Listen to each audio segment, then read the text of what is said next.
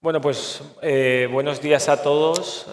Gracias por acompañarnos en esta mesa redonda con la que vamos a inaugurar la Semana Europea de la Movilidad aquí en Mobility City. Bueno, un año más Mobility City, como digo, se suma a la Semana Europea de la Movilidad. Una celebración que, como sabéis, está impulsada por la Comisión Europea y que lo que... me escucho un poco... con un poco de eco. A ver.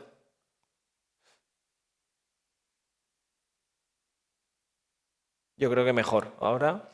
Vale. Nada, decía que... Bueno, ahora hay un pelín todavía. Ahora mejor. ¿Sigo? Bueno, decía que el objetivo de la semana, sin duda, es sensibilizar tanto a la ciudadanía como a los políticos, como a la clase política, de la importancia de las consecuencias negativas que tiene el uso excesivo del vehículo, tanto para la salud pública como para el medio ambiente, y asimismo promover pues otros sistemas de transportes, los cuales son más sostenibles, más eficientes, pues como pueden ser el transporte público, la bicicleta o, como vamos a hablar hoy, el vehículo eléctrico. Cabe destacar que el eslogan utilizado este año es la movilidad para todas las personas, y lo que pretende es pues, dar constancia de que toda la ciudadanía puede contar con un transporte que sea disponible, que sea accesible, asequible, seguro, sin importarle su sexo, raza, etnia, ingresos, ubicación, etcétera. Entonces, bueno, como digo, con esta mesa arrancamos la Semana Europea de la Movilidad y bueno, contamos con auténticos referentes en el tema en cuestión, en el vehículo eléctrico. Y durante la jornada lo que queremos es tratar sobre el desarrollo del vehículo eléctrico y conectado, tanto en Zaragoza como en Aragón como en España. Asimismo, una especial atención a la infraestructura de recarga, la evolución del mercado, el impacto de los programas públicos a la hora de las adquisiciones de vehículos y también las oportunidades que pueden llegar ahora a Aragón como consecuencia de la llegada de las gigafactorías a nuestra comunidad. Únicamente agradeceros, Arturo, director general de EDIVE, de la Asociación Empresarial para el Desarrollo del Vehículo Eléctrico, Carmen Furió, CEO y fundadora de Bus Energy, la compañía que diseña cargadores de coches eléctricos, y en último lugar, Alfonso Bello, coordinador de prensa de Faconauto. Pues nada, bienvenidos a la jornada, un placer teneros aquí con nosotros y bueno, si queréis comenzamos algunas de las preguntas. Yo creo que lo interesante sería que den lugar a un cierto debate, que todo el mundo pueda aportar, incluso desde el público si alguna persona quiere añadir cualquier detalle. Entonces, bueno, si os parece, voy a empezar contigo, Alfonso. Al final Faconauto, como representante de los concesionarios, sois el canal más cercano, ¿no?, al cliente final. Y me gustaría saber cuál es la percepción que tienen los compradores acerca del coche eléctrico, si se sienten preparados para dar el salto, si sienten, sin embargo, que hay alguna barrera todavía que les da un cierto miedo, y bueno, cuáles son sus motivaciones que hacen finalmente dar ese salto. Muchas gracias, Isidro. Muchas gracias a Fundación Ibercaja por invitarnos a esta jornada de la Semana Europea de la Movilidad. Realmente, desde los concesionarios hemos realizado hace muy poco un estudio con Sigma 2 sobre 5.000 ciudadanos españoles. Es el estudio más grande que se ha hecho sobre la red de concesionarios en España y lo que vemos es que el cliente todavía no está preparado, ya sea por falta de información, desconfianza sobre el vehículo eléctrico o incluso porque no está en situación de poder acceder todavía a ese vehículo eléctrico. Ahora hemos escuchado cómo la Comisión Europea está reforzando mucho su discurso hacia esa dirección, un vehículo eléctrico más asequible, que todos sabemos que llegará, pero A día de hoy, un 9,9% de la ciudadanía se plantea comprar un vehículo eléctrico. Solo un 42% lo haría con ayudas. Unas ayudas que en España hemos visto durante estos años que no siempre han estado garantizadas. Entonces, pues es complicado al final que el cliente, que el ciudadano pueda mostrar un poco de confianza. Lo mismo incluso con los puntos de recarga, incluso conociendo el mapa REVE, que ya está actualizado todos los días, y incluso desde las asociaciones intentamos también dar un poco de luz, incluso con EDIVE, sacando el decálogo de la seguridad del vehículo eléctrico. Pero es eso, al final, pues mira, los datos hablan por sí solos. Aún así, pues solo la gente lo compraría por el ahorro, pues en un 34,2%, sería el principal motivo. Pero de la misma forma que te digo que un 9% lo compraría, es que casi la mitad le frena el precio. Claro. Entonces, si no tenemos ya no solo una fiscalidad agradable al ciudadano, agradable a la empresa incluso también, pues es muy difícil que se produzca, que se llegue a producir esa transformación. Pero es eso, es muchas veces falta de información, porque el segundo motivo por el que la gente no se acerca a comprar es pues porque tienen miedo a la falta de autonomía, no conocen bien el mapa de puntos, no saben dónde encontrarlo. Entonces, pues creo que también hace mucha falta de información y los concesionarios tenemos que ser también ese punto al que uno se acerque a probar, a informarse sobre la situación, a que sea aconsejado, porque es lo que tú has dicho. Somos el último eslabón de la cadena, somos el que tiene que ser conocedor de cómo es la situación del cliente y más o menos este es el reflejo de lo que nos encontramos a día de hoy en los concesionarios. Claro. Sí que yo creo que hay un repunte, ¿no?, en esa conciencia, pero sí que es cierto que al final el bolsillo es un detalle totalmente relevante a la hora de hacer un desembolso así.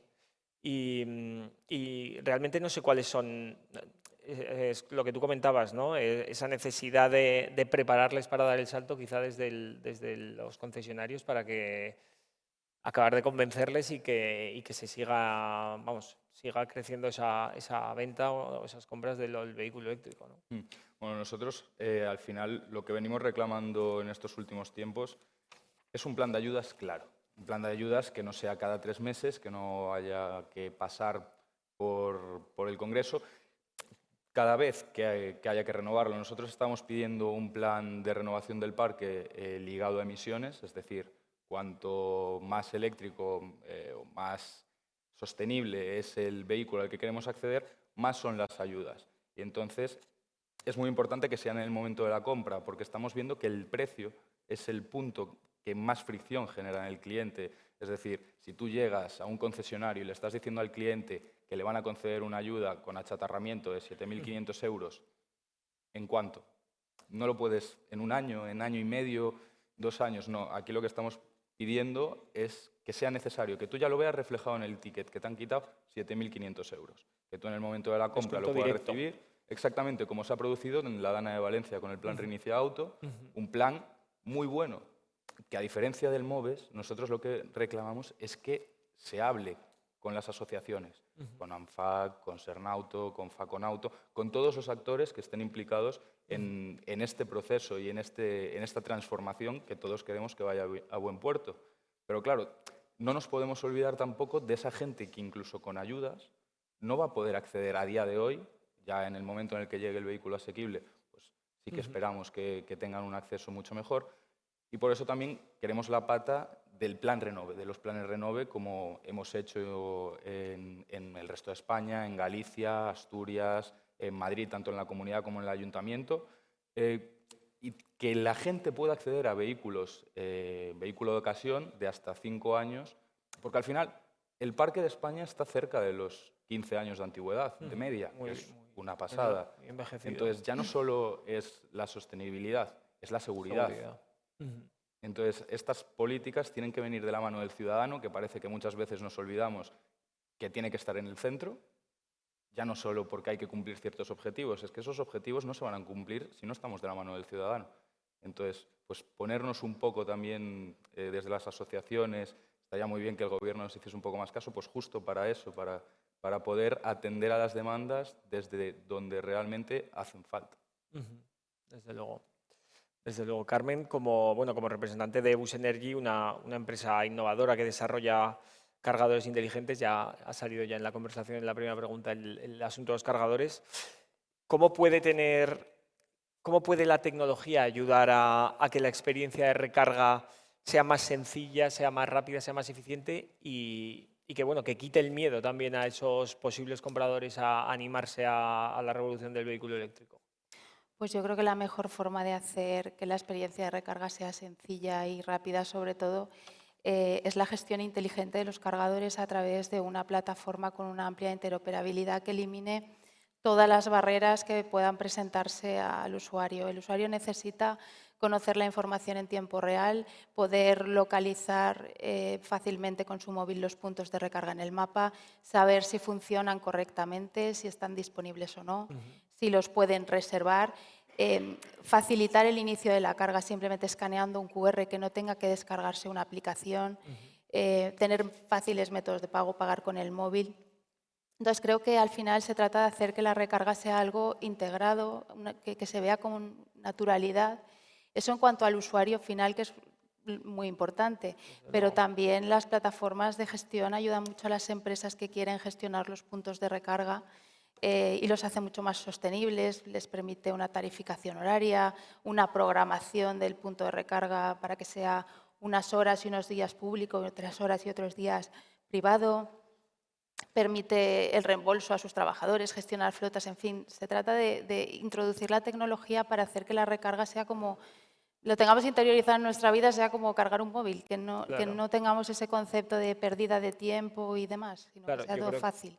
es yo creo que sobre todo ese asunto de la libertad, ¿no? Yo creo que es donde más hay que Incidir, sí. incidir en esa posibilidad de simplemente tienes que tener pactado tu viaje, conocer exactamente los puntos de recarga para poder que no sea un stopper, Sí, ¿no? pero antes, cuando la infraestructura de recarga era más insuficiente, sí que es verdad que el usuario tenía esa idea de tengo que programar mi vida un poco al punto de recarga. Ahora se trataría de hacerlo al revés, integrar un poco las rutinas del usuario final en la infraestructura de recarga.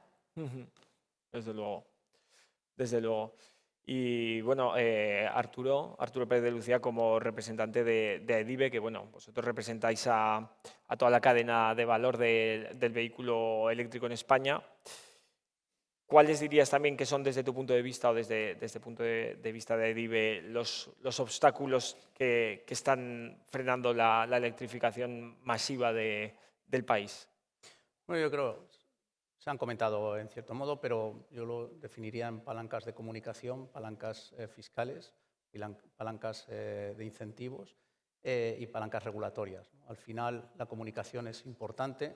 Ha habido también mucha infoxicación en torno a la movilidad eléctrica, ha habido intereses que han querido ralentizar el desarrollo de la movilidad eléctrica y, por lo tanto, han metido cierto miedo a la sociedad, ¿no? Hablábamos de las infraestructuras de recarga. Muchas de esas soluciones ya están implementadas. Es decir, cuando tú viajas con un vehículo eléctrico, ya te encuentras en el navegador del vehículo que te va informando dónde están las infraestructuras de recarga, ya puedes pagar con tarjeta, pues tienes QR. Hay interoperabilidad entre los operadores de recarga, que era algo que siempre se decía en Portugal sucede, en España no, en España sucede. Por lo tanto, hay muchas de las circunstancias que ya están salvadas y que se van mejorando cada día más, ¿no? Lo que pasa es que hace falta comunicar, aunque somos conscientes, ¿no? No deja de ser una tecnología disruptiva desde lo social, no tecnológico, porque lleva 100 años con nosotros la movilidad eléctrica, pero sí desde el punto de vista social, ¿no? Entonces, sabemos que va a haber siempre reticencias que se irán salvando cada vez la gente se va incorporando más a la movilidad eléctrica y, por lo tanto, hace falta esos canales de comunicación para poder eliminar las barreras del desconocimiento y la infoxicación, ¿no? Si hablamos de palancas financieras, es importante para que las flotas tengan ese desarrollo, se necesita que las empresas tengan ese incentivo, las empresas funcionan de forma diferente al particular, ellos se basan en el TCO, en el coste de propiedad y en el retorno de la inversión, por lo tanto hacen un análisis económico del uso del vehículo eléctrico y en muchos casos les sale. Lo que pasa es que siempre es importante, sobre todo en determinados segmentos, como sería, por ejemplo, el del transporte pesado de mercancías, implementar unos incentivos que permitieran salvar ese gap diferencial de precio entre el eléctrico y la combustión, ¿no? y por eso hay que trabajar todavía en esas medidas. En cuanto a los incentivos, pues ya lo ha comentado el compañero de Faconauto y verdaderamente sí que precisamos un plan de incentivos que sea ágil, que sea dinámico, que sea bueno, pues sencillo y que además motive desde la compra, ¿no? Por lo tanto, se sigue trabajando con las administraciones públicas para conseguir eso, aunque sí que es cierto que ya los precios se van acomodando un poco más a la tecnología. Llegan vehículos muy interesantes a precios pues, bueno, cada vez más asequibles y hay un concepto que en el particular nunca se tiene en cuenta, que es el coste de propiedad, ¿no? Siempre pensamos en lo que cuesta el vehículo cuando lo adquieres en el concesionario, pero no piensas en los costes recurrentes que luego tiene un vehículo de combustión durante su vida útil, ¿no? Y en el vehículo eléctrico son muchísimo más competitivos y por lo tanto te puede salir esa curva, ¿no? Pero es más una compra emocional en el particular que una compra pues, racional como hacen las flotas, ¿no? Y luego regulatorias, es decir, tenemos un país complejo con 3 capas de la administración pública, estatal, regional y local, cada una con capacidad para tomar decisiones que ayuden a acelerar o ralentizar la movilidad eléctrica. Por lo tanto, necesitamos cooperación público-público, necesitamos una regulación flexible, una regulación que elimine barreras y que, sobre todo, pues, facilite que pues, tanto en el ámbito de las infraestructuras como en otros ámbitos pues, se pueda desarrollar de forma rápida, ¿no? Por lo tanto, esas son las palancas que para mí serían fundamentales seguir trabajando. Desde luego, desde luego. Alfonso, otro de los temas que me gustaría tratar contigo, bueno, al final Faconauto representa a miles de pymes y de empleos en el sector. ¿Cómo impactaría la transición definitiva al vehículo eléctrico a esta red de concesionarios? ¿Y qué apoyo necesitan estos concesionarios para adaptarse? Bueno, al final, igual que en el resto del tejido productivo español, pues que es un 99% compuesto de pyme, pues al final el concesionario sigue la misma lógica. Nadie puede escapar de la transformación, más una transformación de la que somos parte, y entonces aquí el concesionario lo que necesita por parte del gobierno es claridad. Claridad es que de repente no vaya a parar algún eslabón en la cadena, porque al final nosotros somos concesionarios oficiales. La marca tiene unos requerimientos también para nuestros puntos de venta y hay que actualizarse. Entonces nosotros necesitamos esa certidumbre política que nos puedan dar e incluso ayudas en el sentido más ligado a la formación. Nosotros desde Faconauto tenemos una plataforma que es una universidad. Y entonces, de formación a concesionarios. De formación de concesionarios en distintos puntos de la cadena, pues venta, gestión, claro. Vehículo de ocasión, cantidad de cursos formativos, pero nosotros no podemos llegar a todo y necesitamos también pues, ese cierto grado de implicación estatal para acompañar, ya no solo buscar que la ciudadanía sea la que acompañe, sino que las empresas sean las primeras prescriptoras de esta transición. Creemos también, a nosotros nos gustaría ser parte, a lo mejor pudiendo tener puntos de recarga también en determinados puntos de venta. Ya hay muchos puntos de venta con puntos de recarga, pero sí que vemos la necesidad de que el gobierno, pues eso, pues por la cantidad de burocracia que hay, pues porque la necesidad de colaboración público-público que comentaba Arturo, pues es muy necesario tener un fast track regulatorio que pueda ayudar a esa implementación un poco más sencilla de los puntos de recarga. No estamos pidiendo, creo que ninguna locura, y mantener esa fiscalidad para estas inversiones verdes o de transición ecológica que se quieran hacer en los puntos de venta. Entendido.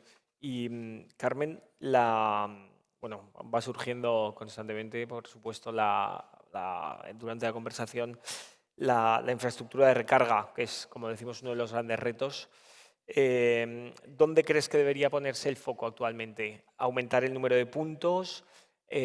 ¿Mejorar o aumentar la velocidad de la carga de los vehículos?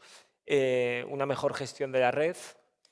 A ver, yo más que poner el foco en la infraestructura en sí misma, que también volvería a poner el foco en el usuario último de esa infraestructura. Si queremos una adopción masiva del vehículo eléctrico, el usuario tiene que tener esa tranquilidad y no tener esa angustia por la falta de autonomía. Entonces, las ubicaciones tienen que ser prácticas y totalmente accesibles. En el ámbito urbano, por ejemplo, es muy importante la capilaridad, que el usuario sepa que va a tener un punto de recarga cerca, que no va a necesitar instalar un punto de recarga dentro de su casa, porque hay mucha gente que no dispone de una plaza de parking propia. Entonces, ahí la Administración debe preocuparse de que en el ámbito urbano este servicio se dé por supuesto. Perdón. En el ámbito de las largas distancias sí que es necesario, obviamente, el desarrollo de una infraestructura de carga ultra rápida, de mayor de 150 kilovatios cada 60 kilómetros. Ahí hay todavía mucho trabajo que hacer.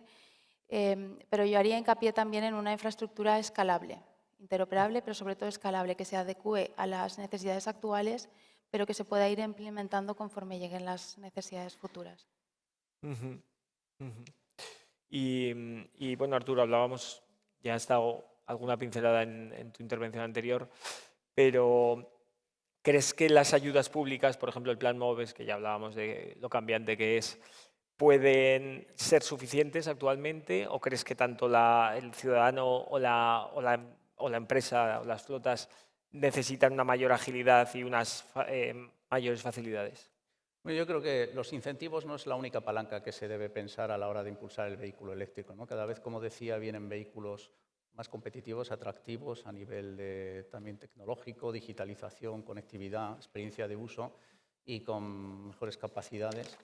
Evidentemente hay que implementar incentivos que, como hemos dicho, pues la ideal es que sean incentivos a la compra, que sean inmediatos, que sean fáciles, ¿no? para el ciudadano. Pero sobre todo lo que hay que hacer es pues generar todo un ecosistema que permita que el ciudadano le pierda el miedo a la movilidad eléctrica, ¿no? Porque no hablamos de un cambio de la gasolina al diésel como hubo en antaño, de la gasolina al diésel, es un cambio de combustible, ¿no? Hablamos de otra cosa que va mucho más allá, ¿no? El vehículo eléctrico no solo es movilidad sostenible, es eficiencia energética. En una región como Aragón especialmente interesante porque es un eje de impulso a las energías renovables, a la generación distribuida y al almacenamiento energético, ¿no? Y eso, en este mundo que estamos viviendo tan complejo, pues es casi algo que cobra mayor relevancia, ¿no? Es decir, no solo hablamos de trasladar personas y mercancías de un punto a un punto B, sino también de utilizar nuestros propios recursos para alimentar, pues bueno, edificación, industria y, en este caso, movilidad, ¿no? Por lo tanto, pues lo que tenemos que hacer es conseguir transformar lo que hasta ahora era imposición en entusiasmo. Y eso se hace, pues bueno, con la llegada de nuevos productos que están siendo muy atractivos, con el trabajo también de los fabricantes para poder trasladar esos productos, a través de los concesionarios una información que sea eficiente, con la que el ciudadano salga eliminando todas las barreras del desconocimiento, y evidentemente desde la administración pública facilitando el desarrollo por parte de los agentes privados de todos los modelos de negocio vinculados al vehículo eléctrico y las palancas regulatorias que permitan que las cosas se agilicen, ¿no? Que todos los procesos se agilicen, más un plan de incentivos que sea coherente, que no necesariamente tienen que ser ayudas directas. Tú puedes implementar ciertos incentivos que sean descuentos, como puede ser a lo mejor el IVA, o a lo mejor otros incentivos que permitan que al final el ciudadano valore que la compra de ese vehículo viene asociada a otras ventajas interesantes que no siempre tiene que ser la reducción del coste. Entendido. Y bueno, Alfonso, vosotros como Faconauto, como patronal como aglutinadores de los concesionarios, sabemos que la cuota de vehículos electrificados va en crecimiento, pero sí que es verdad que es todavía baja. ¿Qué incentivos o qué mensajes pueden convencer desde los concesionarios al ciudadano medio para apostar por la compra de este tipo de vehículos? Bueno, un poco eso, lo que he venido comentando. Sí que a lo mejor yo desde aquí nosotros intentamos animar siempre que la persona se pase por el concesionario en una época en la que es difícil, la gente se informa por internet de los nuevos modelos, pero creo que al final el mejor informador siempre está ahí, el que conoce el producto, el que está en el punto, el que conoce la situación. Entonces, yo creo que la gente también, antes se hacía mucho más, la gente probaba el vehículo. Entonces, tú no te puedes decidir la compra, la gente tarda mucho en ir a probar el vehículo, tiene que estar muy convencida con el vehículo eléctrico, no se llega a fiar del todo. Entonces, yo siempre digo que la gente se pase por el concesionario. Luego, pues, incidir un poco en lo que desde Faconauto venimos defendiendo, que haya un panorama claro, que fomente las inversiones, que que haya incentivos ya, pues como bien dice Arturo, ya no solo en el momento de la compra, nosotros también creemos en la fiscalidad. Sí que es cierto que hemos visto que el cliente en un 47% prefiere el incentivo clásico, el de dinero, al incentivo fiscal, con un 32%, un 32-33%. Entonces, creo que en la combinación reside la respuesta, un poco en la combinación y en la información. Creo que no hemos sabido, a lo mejor desde las asociaciones y el resto de entes públicos y políticos, el dar ese impulso a la electrificación, porque una vez el que vemos que sí que se electrifica, no vuelve y recomienda, y el mejor prescriptor es él, es esa persona que se ha comprado un vehículo eléctrico y que se ha dado cuenta de las bondades de este vehículo. Entonces, poco más entre la necesidad de tener unas políticas claras y un marco regulatorio también beneficioso para todos los actores de este juego. Desde luego. Desde luego. Volviendo a la infraestructura, Carmen, bueno, vuestros clientes he visto que se pueden dividir como en tres grandes grupos, residencial, industrial o comercial, que entiendo que serían pues, centros comerciales o grandes establecimientos. ¿Qué problemática estáis viendo para impactar en ellos, para conseguir el poder instalaros en cada uno de ellos? A ver, nosotros a nivel doméstico, nuestra labor es más de acompañamiento, asesoramiento, por esa falta que a veces tienen de información, no saben qué cargadores se tienen que instalar o incluso cómo tramitar ayudas y demás. A nivel industrial sí que es importante la gestión de la potencia contratada y en grandes instalaciones la tecnología de balanceo de carga y eso genera grandes retos. Y a nivel comercial, como comentabas, todo lo que es el canal de Horeca, hostelería, hoteles, restaurantes, tenemos el reto de hacerles ver que ofrecer un servicio de recarga no solamente les puede reportar beneficios por las cargas, sino también porque pueden tener una oportunidad de fidelizar clientes que van a estar más tiempo en su establecimiento, que valoran esa experiencia de valor añadido para no tener la sensación de pérdida de tiempo y además pueden también obtener clientes nuevos porque se dan a conocer gracias a ofrecer ese servicio. Es un servicio de valor añadido y eso a veces hay gente que lo ve enseguida y todavía hay gente que no lo ve como una opción. Y Arturo, bueno, España está por debajo de la media europea en cuanto a cuota de eléctricos. No sé cuál crees que podría ser las claves para alcanzar los objetivos 2030 que proyecta Europa en cuanto a electrificación. Bueno, yo creo que ya las hemos comentado, ¿no? Estas palancas que comentaba también es cuando se ponen estos análisis de en qué situación está un país respecto al resto de países europeos. Yo creo que a mí no me gustan esos análisis porque nosotros nos parecemos a los noruegos lo que pueda parecer yo a los cantantes de Europe. Al final, Noruega, por ejemplo, es un país que no tiene industria, que tiene súper inteligente, que lo que hace es producir petróleo para vendérselo a los demás y utiliza las renovables.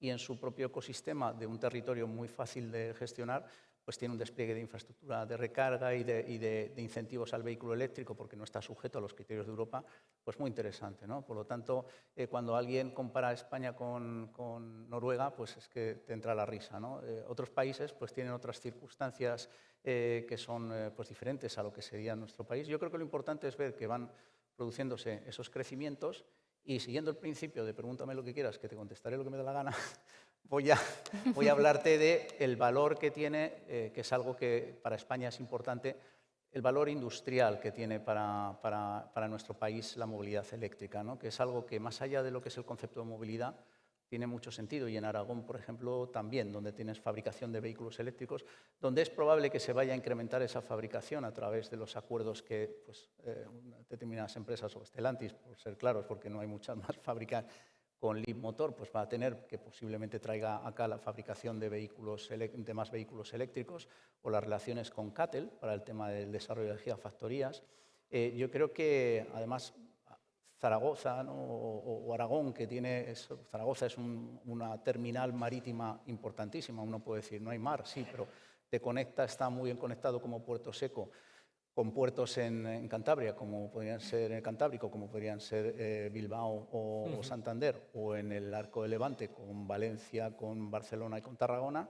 y que puede ser estratégica y logísticamente un centro importantísimo para todo el despliegue industrial y tecnológico de la movilidad eléctrica, ¿no? Y eso también hay que ponerlo en valor porque somos un país industrial, que otros no lo son, ¿no? Y lo que tenemos que hacer es hacer esa transformación, ese cambio, en un país en el que se exporta el 90% de lo que se produce a terceros mercados, que probablemente van a empezar a parar su demanda de vehículos de combustión, algunos por nivel regulatorio y otros por interés, ¿no? Por lo tanto, tenemos que empezar a producir aquello que nuestros clientes van a demandarnos en los próximos años, ¿no? Y eso implica que también desde las estructuras del Estado pues, se ayude a la industria a hacer y acelerar esa transformación, porque necesitamos ser competitivos. Viene mucha competencia del exterior que, como no espabilemos, pues nos va a colocar en otra situación un poquito más diferente. Totalmente. Y bueno, al hilo de estas exigencias europeas, ¿creéis que es realista alcanzar el objetivo europeo de descarbonización con el ritmo actual que tenemos? ¿Creéis que habría que cambiar la agenda por unos objetivos que quizá fuesen menos ambiciosos? Os lanzo la pregunta a los tres para conocer vuestra Bueno, opinión. yo rápidamente, yo creo que es un error lo que se está haciendo en Europa. En Europa tú no puedes empezar a establecer cambios según te vaya la corriente del viento, ¿no? Yo creo que se ha hecho un mal análisis inicial y se ha implementado luego un plan que a lo mejor bueno, se podría haber implementado de otra manera. Yo no voy a entrar en cómo se debería de haber hecho, para ello están ellos que cobran un montón de dinero y deberían haberlo hecho bien. Pero lo que sí es cierto es que en Europa la sensación es que las cosas van en función de cómo apriete el lobby. Y tenemos que tener claro lo que tenemos que tener. Siempre se ha hablado de descarbonización. A mí la palabra descarbonización es algo que particularmente me genera cierta inquietud porque podemos estar discutiendo toda una vida sobre qué es descarbonización. A mí lo que me interesa es el concepto de eficiencia energética. Y somos una región que no tiene petróleo, que dependemos de terceros países y que somos capaces, sin embargo, de generar nuestra propia energía para ser más resilientes, más independientes, depender de terceros países supuestamente amigos que te obligan a comprarle cosas para no meterte aranceles, tener cierta independencia. Y todo eso se consigue pues bueno, impulsando nuestras propias energías, haciendo una buena gestión de la red eléctrica y disponiendo de ejes de demanda como el vehículo eléctrico que permitan aprovechar esas ventajas, ¿no? Por lo tanto, como región deberíamos saber hacia dónde vamos por muchos criterios que van más allá de lo que es el concepto de sostenibilidad. No sé, Carmen, Alfonso, si... Yo creo que son objetivos muy exigentes. Técnicamente creo que pueden ser alcanzables, pero estamos en un momento que tenemos que hacer una buena planificación y un equilibrio entre la electrificación del parque, las políticas de impulso y, desde luego, el desarrollo de una infraestructura escalable adecuada. Entonces, bueno, se ha hecho un camino, queda mucho por hacer y hay que fusionar la eficiencia y la tecnología para que podamos prepararnos para lo que viene. Un poco igual que el resto de compañeros, yo creo que no es posible a día de hoy llegar a los objetivos que ha planteado Bruselas. Ya se ha visto, la semana pasada tuvieron una reunión con la CDR, la Comisión Europea. ¿Qué salió de ahí? Que se volverían a reunir. Me refiero, igual que se dieron prisa en su momento para sacar estos objetivos, el sector necesita también prisa ahora, porque estamos hablando, vale, las multas ahora mismo están en una situación un poco de stand-by, pero al sector eso le genera una inseguridad, al sector en toda su cadena de valor. Estamos viendo cómo en otros países, en los grandes mercados europeos, mientras que España sí que está creciendo, a lo mejor un poco sujetada todavía por el efecto Dana, Alemania, Francia, Reino Unido, Italia, les está costando mucho. Entonces, muchas veces hacemos la comparativa de cómo están las emisiones en España con respecto a otros países o con respecto al año pasado. Esto no funciona así, funcionamos como un bloque. Esto son las emisiones en la Unión Europea. Si en bloque no estamos funcionando, los objetivos no se van a cumplir. Se van a poner unas multas que se pagarán, se tendrán que pagar y que seguirán haciendo daño a una de las industrias más importantes de todo el continente. Entonces, igual que en su momento metía prisa el lobby y no fue necesario reunirse con los actores de esta cadena, con los verdaderos conocedores, ahora nosotros, una vez reunidos, necesitamos que con la misma celeridad con la que se pusieron estos objetivos se replanteen se replanteen. Nosotros creemos en la electrificación y vamos a tope con la electrificación, pero sí que creemos que a lo mejor era necesaria un planteamiento distinto. Pero fíjate, si me permites hacer un apunte, volvemos al mismo tema, ¿no? Es que si basamos todo este plan en un concepto de descarbonización, creo que no se han tenido en cuenta un concepto muy importante de mercado y de industria. Es decir, ¿por qué Alemania está sufriendo con las industrias? No, porque hay descarbonización, el paso al vehículo eléctrico. No. ¿Qué es lo que está sucediendo? Por ejemplo, no miramos mucho a China, que China está viniendo a traer fabricación a España, a Europa y a ser competitivo. Y no miramos a Marruecos. Marruecos está haciendo una transformación industrial de infraestructuras, está invirtiendo muchísimo dinero, tiene unas fábricas ciegas, es decir, que ciegas significa que trabajan con robots y no necesitan ni prender la luz, porque ya los robots funcionan con una mano de obra 6 veces más barata que en España, pero con el mismo conocimiento tecnológico o más.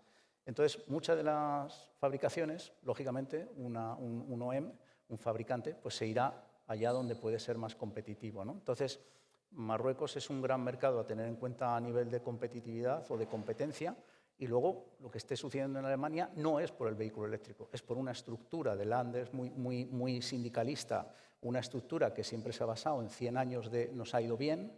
Pero es que el mercado de la automoción es un mercado global, que va evolucionando, que vienen nuevos competidores. Ojo, nuevos competidores de Asia a los que les hemos regalado el know-how, les hemos incentivado a que fabriquen lo que considerábamos que no era importante y ahora sí lo es.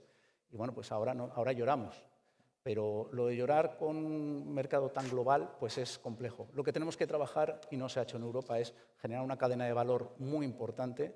Se está empezando a hacer ahora, pero no sé si se empezó a hacer a tiempo. Y hacer una transformación importante, porque el día de mañana lo que va a mandar es que venga aquí un producto competitivo, con toda la tecnología, digitalización, experiencia de uso, conectividad y a un precio muy bueno, y le va a importar al usuario de dónde venga ese coche, pues entre poco y nada, ¿no? Entonces, al final, venderán las fabricantes lo que demande el público. Y sí que yo estoy convencido de que el vehículo eléctrico va a ser un vehículo estupendamente interesante, con autonomía, capacidades, tecnología, y será el mejor postor. O transformamos esa industria no desde el punto de vista de la descarbonización, sino desde el punto de vista de crear una estructura interesante en Europa, industrial, tecnológica y tal, o pues perderemos esa capacidad frente a otros mercados, por ejemplo, Marruecos, que ya lo estamos haciendo. Ten en cuenta, una de las empresas más importantes de Europa en fabricación de vehículos, Renault, se ha llevado la fabricación de vehículos eléctricos, fabricando el primer vehículo eléctrico en Marruecos. Fantástico, pues vamos empezando bien. Y no les alabo, porque lo que han hecho es buscar la mayor competitividad. Pero eso es lo que nos estamos encontrando. No han dicho, vamos a fabricar en Europa para intentarse. No, se han ido a Marruecos. Entonces, y eso también está pasando con Stellantis. Con lo cual, pues bueno, tendremos que ser conscientes de lo que hay. Y hacemos esa transformación porque nos interesa seguir siendo competitivos industrial y tecnológicamente, o tendremos un problema. Desde luego. Y bueno, hablando de toda esa parte industrial, no sé cómo creéis que Zaragoza o Aragón puede aprovechar la oportunidad de las gigafactorías para convertirse en un polo de referencia, ya no solo en lo evidente, ¿no? En la parte del vehículo, sino en toda la industria que hay alrededor, en cuanto a innovación, etcétera.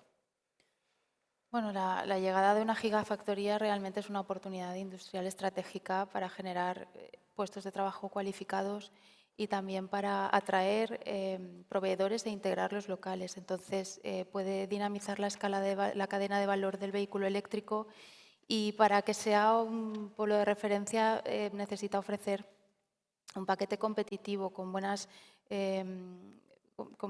opciones industriales, formar talento, formar empleo cualificado, un apoyo en I+D. En fin, se trata de atraer empresas, aparte de integrar las locales. Se trata de crear un clúster empresarial que sea sostenible y que genere empleo y economía local. No, los acuerdos que se están llevando con CATL, con Leapmotor, tratar de generar cadena de valor, esos 35.000 millones de euros a 10 años que hay de inversiones en Aragón para ponerse a la altura a nivel tecnológico, industrial. Yo creo que se están haciendo bien las cosas desde Aragón, como centro Zaragoza. Como antes comenté, logísticamente es una plaza muy importante y además que hemos hablado de puertos, pero también es la conexión a través de transporte de mercancías por carretera, pues entre España de algún modo y pasar por Francia, etcétera. Entonces, a nivel logístico tenemos aquí unos ejemplos muy importantes de la importancia que tiene ese sector, ¿no? Por lo tanto, lo importante es que Aragón ayude a generar toda esa cadena de valor a nivel local y al final pues, eso atraerá a una industria auxiliar que permita pues, bueno, reforzar, como pasó en su momento con el sector de la automoción en Cataluña. La verdad que poco más que añadir, yo creo, a todo lo dicho. Y eso. Igual también apuntar la necesidad de que la energía que se emplee sea a nivel verde, sea competitiva, tenga un precio competitivo para que se pueda dinamizar mucho más y explorar o escalar mucho más todas estas opciones que se pueden traducir en la economía local como una oportunidad buenísima para eso, generar empleo de valor y tener una industria aquí en Aragón mucho más competitiva. Veremos en qué queda. Tenemos en estos próximos años para observarlo, veremos desde aquí muy cerca. Y me gustaría saber, hablando bueno, pues de futuro, ¿cómo os imagináis vosotros el futuro del vehículo eléctrico? Se habla mucho de que las ciudades finalmente serán totalmente la plaza, ¿no?, donde circularán los vehículos eléctricos. Quizá la gente es más escéptica con los largos desplazamientos, pues por lo que hablábamos en cuanto a tiempos y la infraestructura. No sé cuál es vuestra visión acerca del futuro no muy lejano, a 5 o 10 años del vehículo eléctrico. Bueno, yo creo que se irá perdiendo ese miedo. Al final yo creo que el que adopta un vehículo eléctrico está encantado y no quiere volver a hablar de un vehículo de combustión. Un poco también de lo que hablábamos por los costes que tiene un vehículo de combustión cuando tienes que llevarlo al taller, cambio de aceite y demás. Esto no lo tienes en un vehículo eléctrico. Y una vez pierdes el miedo a la autonomía o tienes tu propio punto de recarga y utilizas tu coche, por ejemplo, para ciudad y ves la practicidad y las bondades del vehículo eléctrico, yo creo que nadie vuelve atrás. Entonces, es cuestión de un poco del boca a boca, que nadie se encuentre, que todos nos encontramos con las típicas reticencias. No, es que yo no me compro un coche eléctrico que se quema o, o me voy a quedar tirado, ¿no? Pues yo creo que con la adopción del vehículo eléctrico cada vez mayor esto desaparecerá. Yo creo, honestamente, la discusión no es el vehículo eléctrico. El vehículo eléctrico va a llegar cada vez, llevamos 15 años desde el último renacer del vehículo eléctrico, la combustión lleva más de 100 años. No me quiero imaginar si hubiéramos empezado, si hubiera triunfado el vehículo eléctrico hace 100 años y en vez de vehículo de combustión es lo que se hubiera desarrollado. Estamos ya a unos niveles de desarrollo brutales. No me preocupa si va a ser mañana, el día de mañana eléctrico, no. Me preocupan más o me ocupan más, pues bueno, modos de movilidad que va a haber, viene la movilidad compartida que ya se está implementando de algún modo, vienen otras soluciones de movilidad, viene la no movilidad, vienen las nuevas tecnologías que te permiten pues, gestionar cosas sin tener que desplazarte, viene la ciudad de los 15 minutos, esta tan famosa que surgió en Francia, pero que evidentemente pues, lo que intenta es que no tengas que hacer grandes desplazamientos, evitar congestión, porque claro, hablamos de contaminación, pero la congestión es uno de los grandes problemas de la movilidad en los entornos urbanos, ¿no? Y por lo tanto, pues bueno, vienen todas esas soluciones que lo que van a permitir, viene el transporte aéreo. En Madrid ya tenemos experiencias, ya está trabajando a nivel regulatorio para hacer el transporte de mercancías aéreas. Y viene la conducción autónoma, que va a cambiarlo y revolucionarlo todo. Viene más rápido en el vehículo pesado, pero va a llegar también en el vehículo turismo. Y todo eso va a hacer una transformación en la que va a cambiar mucho la forma en la que nos movamos y nos relacionamos con el entorno urbano, ¿no? Por lo tanto, yo creo que la discusión no es tanto si el vehículo eléctrico sí o no, sino cómo va a ser esa movilidad gestionada para bueno, solucionar los anillos de conurbación, solucionar esos flujos de movilidad que generan atascos ahora mismo. Y yo creo que ahí es donde hay que poner el foco desde el punto de vista de la digitalización y la tecnología. A mí me gustaría volver sobre todo al centro de la discusión, que para nosotros es claramente el ciudadano. Más o menos en 5 o 10 años, así si no me falla el calendario, 2035 será el último año en el que el ciudadano europeo podrá acceder a un vehículo de combustión. A nosotros nos parece muy importante, al final tampoco nos queremos meter en la libertad de compra del ciudadano, pero sí que creemos que esa puerta del vehículo eléctrico, como dicen, no es una discusión, esa puerta va a caer, está cayendo ya, la gente se está dando cuenta. pero sí que creemos que no podemos abandonar al ciudadano, que seguimos diciéndole a partir de 2035 vas a tener esta restricción, esta obligatoriedad, no vas a poder circular por aquí, por aquí. Le metemos miedo en vez de intentar ayudarle a adoptar estas nuevas herramientas, a adoptar esta nueva movilidad que se nos llena la boca hablándola, pero que parece que muchas veces nos olvidamos, se olvidan los políticos, nos olvidamos nosotros desde las organizaciones de que son el centro y que sin ellos pues al final esta transformación no puede ocurrir. Que ocurrirá porque la gente ya se va informando, se va dando cuenta pues con acciones, eso, vuelvo al decálogo como la nuestra, los coches eléctricos no van a arder porque tú lo enchufes en tu casa, pero no, hay que dar claridad y ser una herramienta de información para todos ellos para que no se vean obligados a seguir esta transición, sino que sean ellos los que se adelanten y los que quieran formar parte de este cambio energético. Y luego es interesante lo que comentabas, Carmen, que lo hemos escuchado en muchas ocasiones, que quien va hacia el vehículo eléctrico no vuelve al de combustión. O sea, al final el grado de satisfacción es muy alto, o sea, que es algo relevante. Que Sí. quizá el gran problema es el atreverse y el animarse. Exactamente, dar el salto y una vez lo has dado ya te das cuenta de que no era tan terrible como lo Como pintaban. se esperaba. Sí. Sí. Y bueno, un poco por ir cerrando, cada uno desde vuestro punto de vista y desde vuestro ángulo, bueno, ha salido a lo largo de la conversación, pero ¿cuál sería la carta a los Reyes Magos de vuestras peticiones en cuanto a qué os podría ayudar las entidades públicas, los gobiernos, tanto a nivel nacional como autonómico? ¿Cuáles creéis que desde cada uno de vuestros ángulos sería lo más relevante? Desde mi posición, agilizar los trámites para las instalaciones de puntos de recarga, que haya una ventanilla única para simplificar la burocracia administrativa y un poco también las ayudas directas, más directas.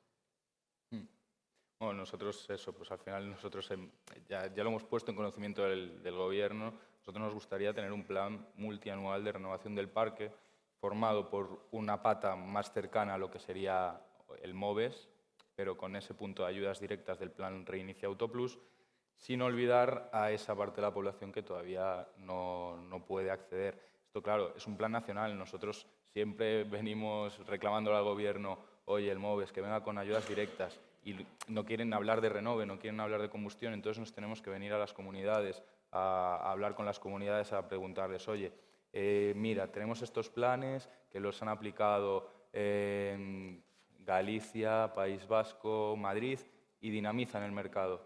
Por cada euro que se mete en ayudas, se recuperan casi 2 euros. Entonces, queremos que esta conversación sea nacional, que no tengamos que ir...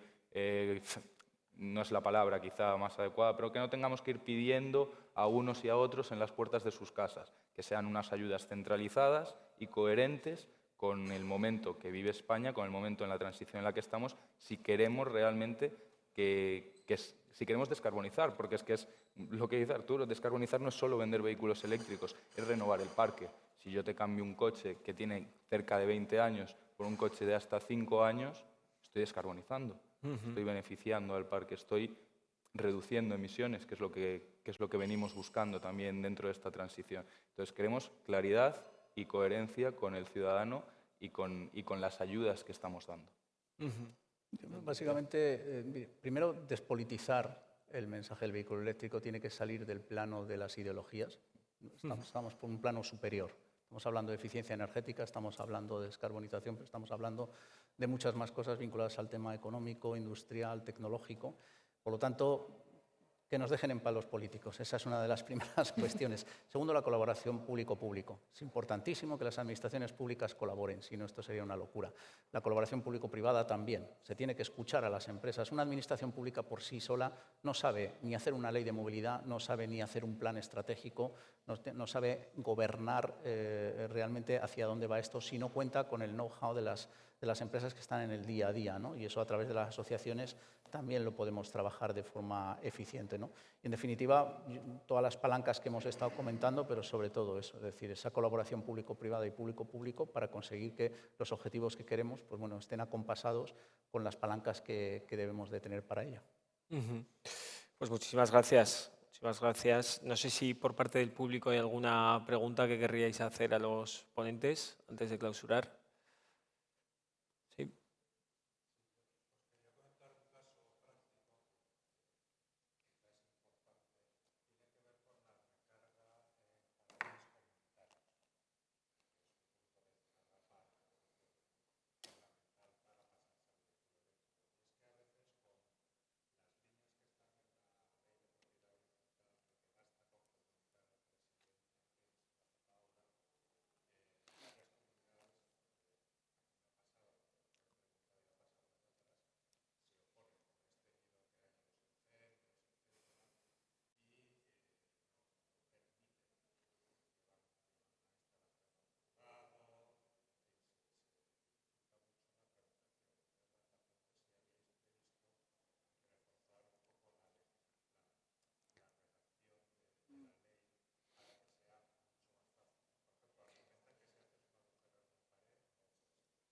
A ver, al final la ley está donde está. Tienes una ley de propiedad horizontal que establece que el usuario de un parking propio pues, simplemente tiene que informar de hacer esa instalación, correrá con todos los gastos y no deberían de oponerse. Sí que se oponen algunas comunidades de propietarios, es el desconocimiento y el propio rechazo a estos temas.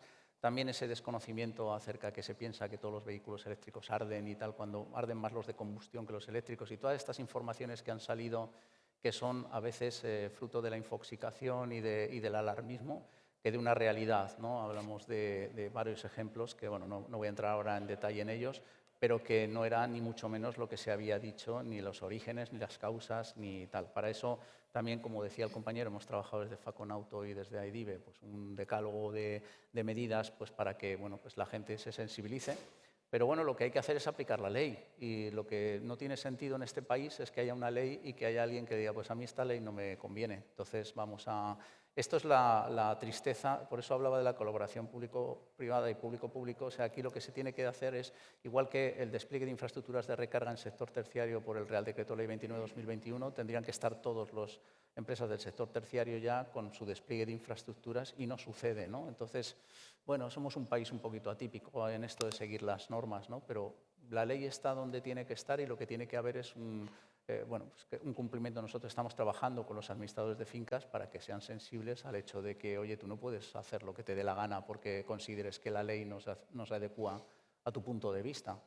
Y luego también trabajar aspectos que no están contemplados, ¿no? O sea, el propietario no es propietario, pero tengo una plaza de alquiler en otro edificio o tengo en un parking residencial, y entonces no me puedo poner un punto de carga porque el propietario es el ayuntamiento o el propietario es otro edificio que no soy yo, ¿no? Entonces hay supuestos que no se han planteado, y eso ha sido fruto de que no ha habido un buen trabajo de colaboración público-privada para conocer cuáles son los requisitos que se necesitarían en cada ejemplo e implementarlo bien regulatoriamente. Bueno, pues nada, ya a modo de conclusiones, agradeceros, Arturo, Carmen, Alfonso, vuestra participación en la jornada de hoy. Creo que ha quedado claro que, bueno, sacando conclusiones, pues la transición hacia el vehículo eléctrico en España avanza con fuerza, pero también es cierto que nos quedan grandes retos por delante de aquí a 5 o 10 años. Desde una necesidad de infraestructura amplia y eficiente, lo que hemos comentado, impulso de políticas públicas y privadas que sean ágiles, que sean rápidas para el ciudadano y para la empresa, y bueno, también el papel de la innovación tecnológica y la adaptación de toda la cadena de valor en esta innovación, desde fabricantes hasta concesionarios. Bueno, también hemos comentado que Zaragoza y Aragón cuenta con una gran oportunidad ahora, una oportunidad que seguramente sea estratégica para posicionarse como líderes y como, bueno, a través de las gigafactorías y de todo el entramado que llevará consigo. Y bueno, que el vehículo eléctrico no es solo es el futuro y no es solo una alternativa de movilidad, sino que es una palanca también de competitividad de nuestra industria, de sostenibilidad y de innovación para nuestra economía. Así que bueno, damos por concluida la mesa redonda. Muchísimas gracias una vez más por vuestras aportaciones. Creo que a todos nos ha quedado claro vuestros puntos de vista y de verdad agradeceros mucho vuestra presencia en el día de hoy. Nosotros. Muchas gracias. Muchas gracias. Gracias.